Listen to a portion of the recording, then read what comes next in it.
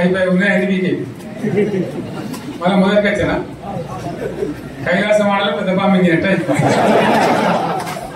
అంతే కదా. ఆలోచన లేకుండా ఎటు పడితే అటు ఎవడో ఏదో చెప్తే నమ్మి ఓటేస్తే ఏమైంది అనేది ఒక మంచి గుణపాఠం ఇది తెలంగాణ గ్యారంటీ. మంచిగా సంసారం జరుగుతుంది. తొవ్వకొచ్చినాం రైతులు ఇంత ముఖం తెలివైతుంది, బాకీలు కట్టుకుంటుంది. ఎంతో మంది పాపం సిక్కిలు వేసుకుంటారు, ఏదో వేసుకుంటారు. రైతు బంధు పైసలు పడితే ఎంత సంతోషం ఉంటుండే. ఆయన పోయినప్పుడు దండ వేసుకో ఇప్పుడు వాడు ఎంతలో చేయడం బాగవుతుంది. ఇచ్చినప్పుడు మోసం ఏదో మళ్ళీ ఎలక్షన్ కోసం దానికోసం చేస్తారు తప్ప కడపండ ప్రేమ కూడా ఇచ్చేది ఇచ్చే ఉంటుందా. మనం ఉన్నప్పుడు కరోనా వచ్చింది. కరోనా వస్తే కూడా రైతు బంధు ఆపలే. కరోనా వచ్చి రాష్ట్రానికి రూపాయి ఆదాయం వ్యవసాయం అయితే జరగాలి కదా తప్పదని చెప్పి ఈవెన్ కరోనా ఉంటే కూడా రైతు బంధు ఆపలే. అంత ఒక నిర్ణయం తీసుకొని రైతాంగాన్ని నిలబెట్టాలని కాపాడుకోవాలని చెప్పి ఒక 4-5 మంచి స్కీములు తెచ్చి వాళ్ళని కాపాడుకుంటున్నారు. గౌరవంగా బతికిన రైతులు బీమా వచ్చినట్టు.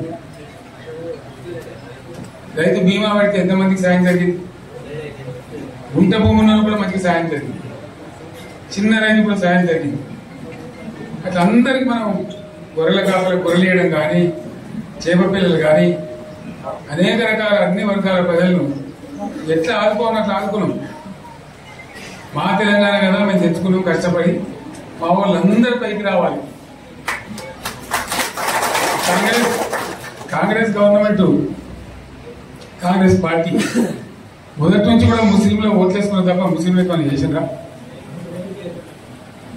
ఇమాం మౌజాలకు మనం జీతం ఇచ్చిండ్రా? మనం వచ్చాకనే ఫస్ట్ టైం వాళ్ళని గుర్తించి వాళ్ళని గౌరవించుకున్నాం.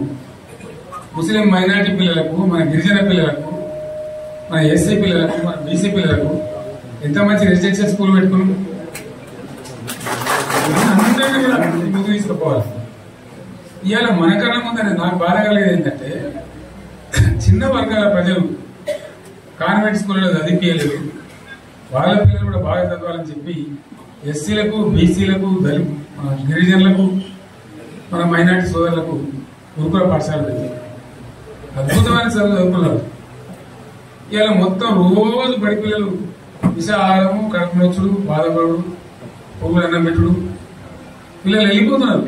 ఆ స్కూళ్ళలో జిల్లాలకు వెళ్ళిపోతున్నారు. తల్లిదండ్రులు కూడా భయపడి తీసుకుపోతున్నారు.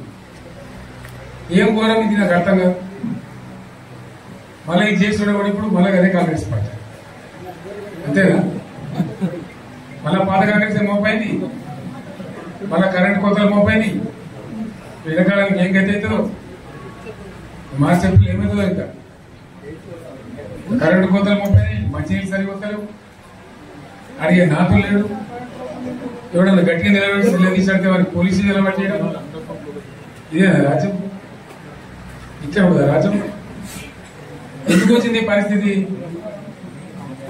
చెప్తా. నాకే గుర్తులేదు. నేనేమంటున్నా అంటే ఇట్లా అనేక పనులు చేసుకున్నాం. మనం గోదావరి నుంచి నీళ్ళు తెచ్చుకున్నాం. నీళ్ళు తెచ్చుకొని మంచినీళ్ళ తర్వాత సాగు నీళ్ళు కూడా పడతాయి. మెదక్లో ఇంకా ప్రాంతం అంతా కొంత అందిన నీళ్ళు పాత మెదక్ జిల్లాలో మీదికి మిగిలిన పైచీకి వచ్చేట్టు ఎకరాల నీళ్ళ స్టెట్ పెట్టుకున్నాం. టెండర్లు పెంచడం, పనులు స్టార్ట్ అయినాయి, ఉత్తదాలు వచ్చిండ్రు, పనులు మొదలు పెట్టింది. ఇవాళ కాంగ్రెస్ గవర్నమెంట్ ఆ టెండర్లు ఎందుకు ఆపింది?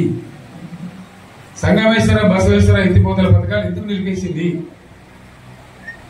ఎవరి కోసం నిలిపేసినట్టు? నేను హరీష్ రావు చెప్తున్నా, మీరు 2 తాలూకాల ప్రజలు కూడా సమీకరించి సంగమేశ్వర, బసవేశ్వర మీద పెద్ద ఎత్తున దండయాత్ర చేయాలి. తప్పదు కదా, కొట్లాడితేనే తెలంగాణ వచ్చింది. ఇది కూడా రావాలని కొట్లాడాలంటే ప్రజలు విజృంభించారు. అయితేనే నీళ్ళు వస్తాయి. సంగమేశ్వర లిఫ్ట్ రావాల్సిందే, బసవేశ్వర లిఫ్ట్ రావాల్సిందే. ఖచ్చితంగా 2 తాలూకాలకు కూడా 1,50,000 ఎకరాల నీళ్లు వస్తే పాటలు పడితే మనం బతుకుతాం.